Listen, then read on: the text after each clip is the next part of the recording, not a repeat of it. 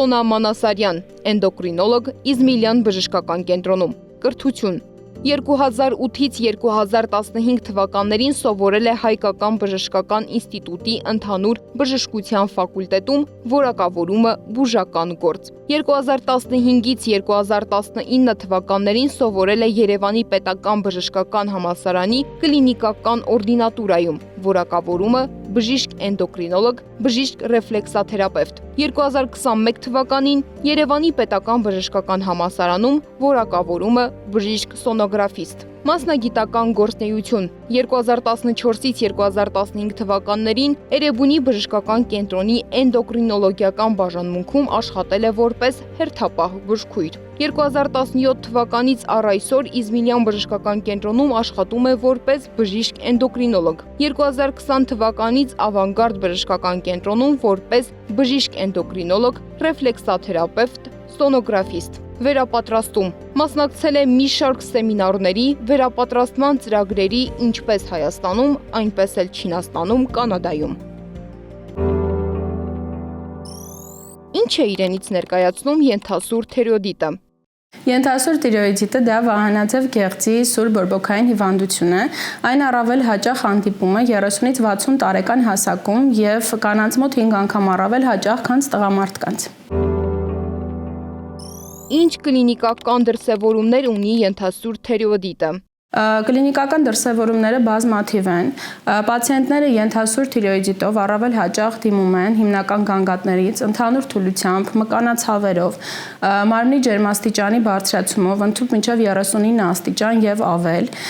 Ունենում են կոկորդի պարանոցի շրջանի ցավեր, որոնք որ ճառագայթում են դեպի ականջ, ստորին ծնոտ, եւ կարող են դիտարկվել շատ այլ բազմաթիվ գանգատներ, որոնք որ պացիենտները չեն իմանում, որ դա կապված է վահանաձև գեղձի հետ եւ առաջնահերթ իրանք դիմում են քիթ կոկորտ ականջաբանի, կարծելով, որ ունեն այդտեղ որոշակի խնդիրներ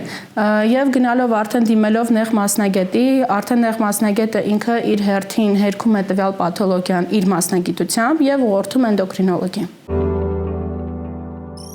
Որոնք են հիվանդության առաջացման պատճառները։ Ենթասուր թիրեոդիտի հիմնական առաջացման պատճառները դրանք վիրուսային հիվանդություններն են։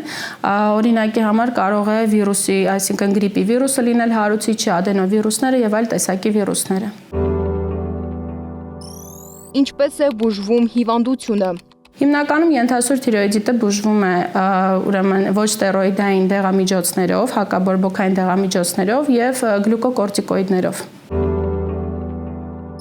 Լիարժեք բուժվում է արդյոք, թե կրկնվելու հավանականություն կա։ Լիարժեք ինքը հիմնականում բուժվում է, կրկնվելու հավանականություն իհարկե կարող է լինել, դեպքեր լինում են, օրինակ մեկը իմ պրակտիկայում եղել է դեպք, որ կրկնվել է, սակայն այն կրկնվել է ոչ իմ մեղավորությամբ, այսպես ասեմ, պացիենտի, որովհետև երբ մենք նշանակումներն անում ենք, միշտ տեղյակ ենք պահում տվյալ պացիենտներին, որ պետք է իհարկե բուժումը չընդատել, ինքնուրույն բուժում չանել եւ հետեւել բժշկի ցուցումներին, որովհետեւ տևողությունը մոտ 2.5-ից 3 ամիս է բուժման ողջ տևողությունը։ Ունեցել եմ պացիենտ, ով եկել է դիմել է եւ դիմելության ժամանակ իհարկե ես զգուշացրել եմ, որ երբ որ դեղորայքը նշանակվի, արդեն այդ օրը երեկոյան նա ցավեր չի ունենա, իրեն լավ կզգա, ջերմությունը կիջնի, տվյալ պացիենտը գնացել է տուն, իհարկե նման գանգատները չի ունեցել, ջերմությունը իջել է, պարանոցի սաստիկ ցավերն անցել են, սակայն նա որոշել է ինքնուրույն դադարեցնել բուժումը, կարծելով, որ նա լրիվ ապակինվել է եւ անցել է մի քանի օր, էլի բնականաբար ավելի սուր վիճակով սրացել է իր մոտ ամեն բան եւ զանգահարել եւ դիմել է բուժհաստատություն,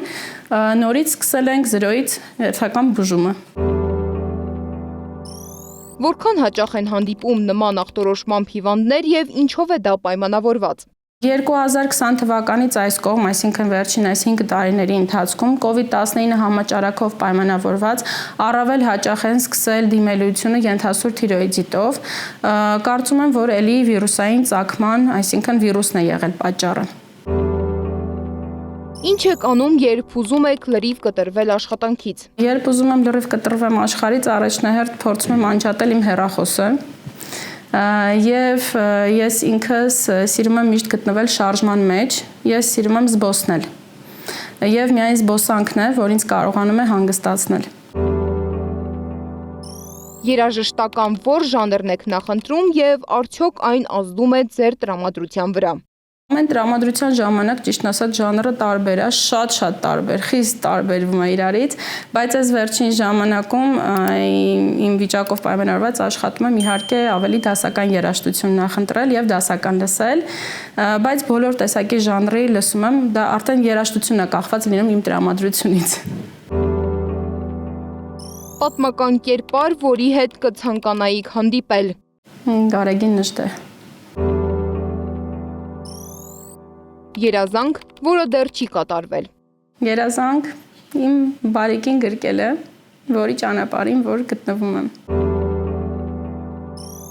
Ինչ է ձեզ համար հայրենիքը։ Հայրենիքը ինձ համար դա այնտեղն է, որտեղ ես ծնվել եմ, որտեղ անցել է իմ մանկությունը, իմ պատանեկությունը, որտեղ որ ես սովորել եմ եւ մեծացել։ Դա մեր մշակույթն է, մեր պատմությունը։ Եվ հայրենիքը դա իմ ընտանիքն է, իմ ընկերները եւ անկախ նրանից թե կյանքում որտեղ կգտնվեմ, միևնույն է շարունակելու եմ սիրել եւ դա հենց այդ վայրն է, դա իմ տունն է։